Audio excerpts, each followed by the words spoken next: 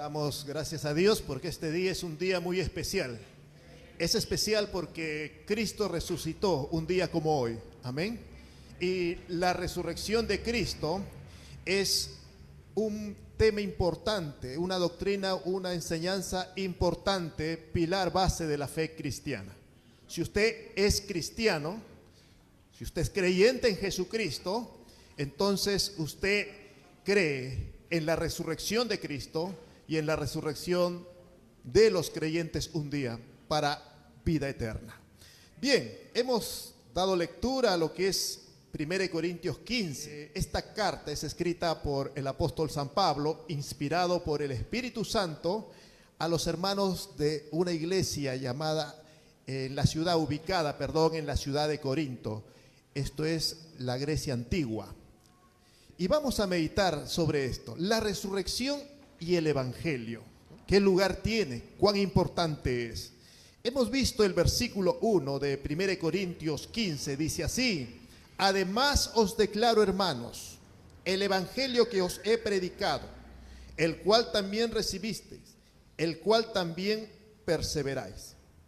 Dice, el evangelio que os he predicado. El evangelio se ha predicado a cada uno de los que estamos acá. Amén. Todos los que estamos aquí hemos escuchado el evangelio. Y la pregunta, ¿qué es el evangelio? Hemos escuchado el evangelio, pero ¿qué es el evangelio? La palabra evangelio quiere decir buena noticia. En el mundo griego antiguo se usaba esta palabra, evangelio, para dar a entender o para anunciar una buena noticia que era de incumbencia de todo un país, todo un reino, todo un país. Cuando recibía una buena noticia que tenía que ver con ellos, con toda la nación, se le llamaba evangelio, una buena noticia. Por ejemplo, nació el hijo del emperador, el hijo del rey. Era una buena noticia para todo el pueblo. O está en guerra el país, el reino, y el ejército del reino ha ganado, ha derrotado al enemigo. Eso era una buena noticia. En esencia, el evangelio era una buena noticia, como se usaba, la manera como se usaba en esos tiempos, una buena noticia que implicaba el futuro de esa nación o de ese pueblo. Por ejemplo, si la buena noticia era que han ganado la guerra, todos estaban en paz, tranquilos. Eso marcaría el resto de sus vidas, porque ya no serían vendidos como esclavos. Los hombres no serían castrados y vendidos como esclavos, porque eso era la costumbre en la guerra antiguamente. Las mujeres eran vendidas como esclavas, violadas tal vez, los niños esclavizados, la familia se desintegraba. Y traer la noticia de que el país ha ganado, ha vencido al enemigo, era una buena noticia que lo salvaba de una vida terrible. Entonces, la palabra evangelio se usaba en esa manera, una buena noticia. Nosotros, ya los creyentes, esa palabra se ha traído al evangelio, al cristianismo, y llamamos buena noticia al evangelio de salvación, a la revelación del plan de Dios a la humanidad. Ya no es a una nación, es a todo el mundo. Todo el mundo está en un grave peligro. ¿Cuál es el grave peligro de toda la humanidad? Estar condenados por nuestros delitos y pecados al infierno, a la condenación eterna. Esa es una mala noticia primero, ¿verdad? Todos somos pecadores. Por causa del pecado de nuestros primeros padres, ¿sí? Ellos pecaron, representaban a la humanidad. El hombre como humanidad fue destituido de la gloria de Dios. Y desde que nacemos ya, como dice el Salmo, el rey David cuando escribe el Salmo dice, porque en pecado me concibió mi madre. Desde que somos concebidos, todo ser humano, ya somos pecadores, por herencia y por nuestros propios actos. Cuando nacemos y vamos creciendo, el pecado se va manifestando desde muy pequeñitos. A los niños no tenemos que enseñarles a hacer lo malo. Usted ni bien se da cuenta, a su pequeño lo ve crecer y ve que hace cosas negativas. Si es un pequeñito, le jala el cabello a su hermanita, ¿no? Y hace cosas que usted le dice, no metas el dedo ahí, porque eso mata. El chiquito te dice, ya, ve que te vas, ya se fue mi papá. Y desobedece, ¿sí?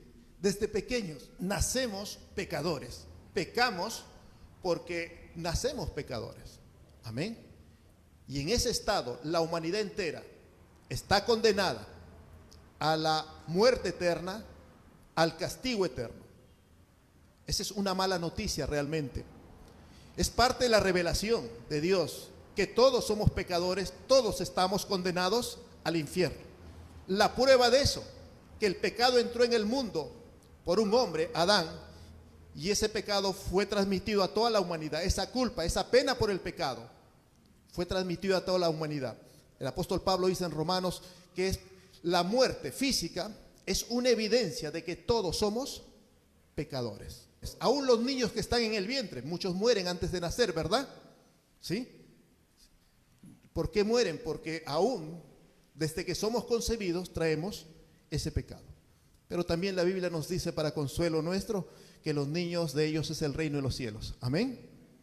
Si es de ellos el reino de los cielos, creemos que también es por gracia. No nos explica la Biblia cómo, pero sí nos dice que de ellos es el reino de los cielos.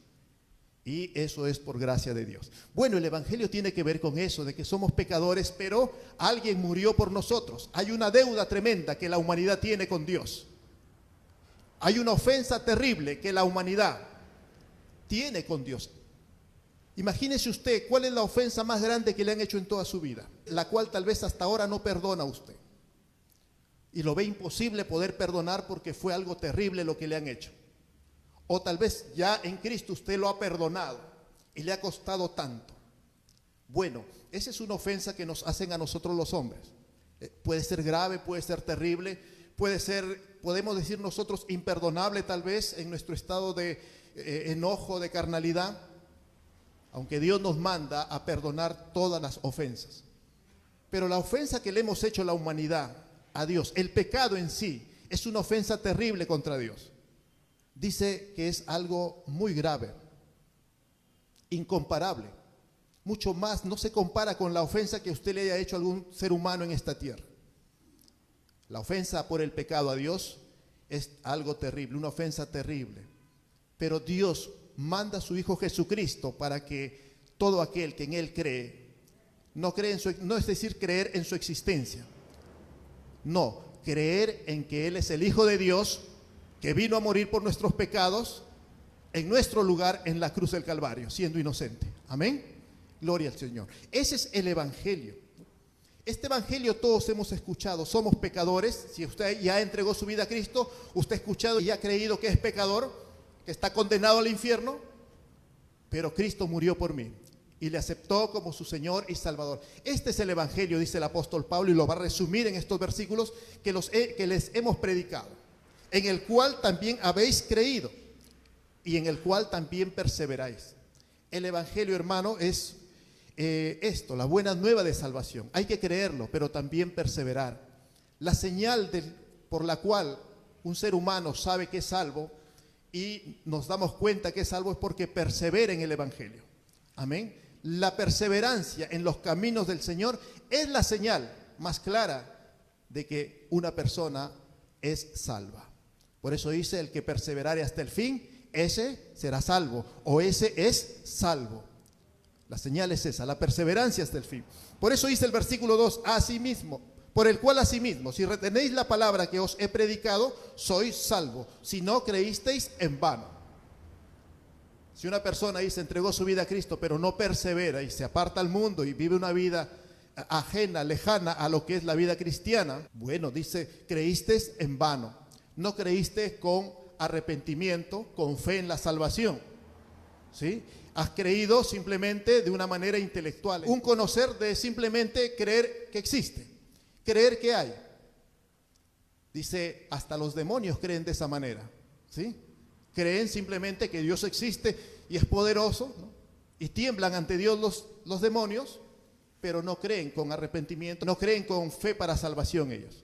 Entonces hay mucha gente que escucha el evangelio por un momento, pero solamente lo cree, sí, es bonito, es interesante y hasta cree aceptar a Cristo, pero no persevera, ¿no? Muy probablemente es que esa persona ha creído solamente en su mente, nada más, intelectualmente, no con el corazón Y la prueba de eso es que no persevera, se aparta, hasta puede renegar de Cristo. Entonces el evangelio, el cual se nos ha sido predicado, es necesario retener esa palabra, perseverar en ella. Esa es una vida cristiana. Hoy día van a dar el paso del bautismo, hermanos, hermanitas que han escuchado la palabra, han creído y están perseverando. Y tienen la intención, el deseo de su corazón de perseverar. Amén. Gloria a Cristo. Luego nos va a hablar, y esto es importante, nos va a resumir desde el versículo 3 para adelante la esencia del evangelio. ¿Cuál es la esencia del evangelio? Versículo 3 dice: porque primeramente os he enseñado lo que asimismo recibí, que Cristo murió por nuestros pecados conforme a las Escrituras. Cristo murió por nuestros pecados. Para saber que Cristo murió por nuestros pecados es que admitimos que somos pecadores. Cristo murió en la cruz por nuestros pecados. Y eso conforme a las Escrituras. El Antiguo Testamento anunciaba ya el Evangelio, la muerte de Cristo, y no solamente la muerte, sino la resurrección. La muerte de Cristo, hermanos, es la esencia de nuestra fe cristiana. Él murió y fue sepultado, ¿verdad? Nosotros cuando creemos en Cristo, le aceptamos como nuestro Señor y Salvador, creemos que morimos con Él también. Nuestro hombre pecador, condenado, muere con Cristo. Y esto es lo que hoy día se va a proclamar. Los hermanos que hoy día van a bautizarse, ellos a través de este bautismo, de esta ordenanza, ellos van a entrar al agua y van a ser hundidos en el agua, cubiertos por el agua. La palabra bautizo quiere decir sepultado, cubierto. Por eso es que bautizamos de esta manera, por inmersión. Son cubiertos por el agua y luego salen del agua. Ese cubrirse en el agua quiere decir que se identifica con la muerte de Cristo. Amén. Así como Cristo murió por mí, yo también he muerto con Cristo. ¿Quién murió? Mi vieja vida, mi viejo hombre que estaba condenado al infierno. ¿Sí? Murió con Cristo. Cristo pagó mi deuda. Él murió por mí, yo muero con Él. Amén, gloria al Señor. Entonces la muerte de Cristo es importante. Luego en el versículo 4 nos va a hablar de la importancia de la resurrección. Creemos que Él murió conforme a las Escrituras, pero también fue sepultado y resucitó al tercer día conforme a las Escrituras. Hoy día Semana Santa, domingo de resurrección. Un día como hoy resucitó Cristo. Para ser cristiano hay que creer eso. Si usted no cree que Cristo resucitó, está en duda. Cree en todas las cosas, las buenas enseñanzas de que hay en la Biblia, pero le preguntamos, ¿pero tú crees que Cristo resucitó? Si usted lo duda y dice, bueno, eso está por verse, bueno, no estoy tan convencido. ¿Cuántos años de creyente tiene? Yo tengo muchos años. ¿Pero crees que Cristo resucitó? Bueno, eso no lo creo muy bien, eso está todavía para verse. Usted no es cristiano simplemente, no ha creído con fe. El que es cristiano, el que realmente ha creído y es salvo, él cree que Cristo resucitó. Amén. Esa es la esencia. Si usted no cree eso, no es cristiano simplemente. Amén. Gloria a Dios. Entonces esto es importante, la resurrección de Jesucristo, conforme a las Escrituras. El Antiguo Testamento también hablaba de que el Mesías tendría que resucitar de los muertos. Alabado sea el Señor. Gloria a Cristo. Luego ya la palabra del Señor nos está hablando aquí en el versículo 5 para adelante, nos habla de la veracidad del testimonio de la resurrección de Cristo. ¿Sí? No es que Cristo resucitó y nadie lo vio, si habrá resucitado, no. Históricamente hay evidencias y las primeras evidencias las menciona aquí el apóstol Pablo en el versículo 5 para adelante. Y que apareció a Cefas o Pedro.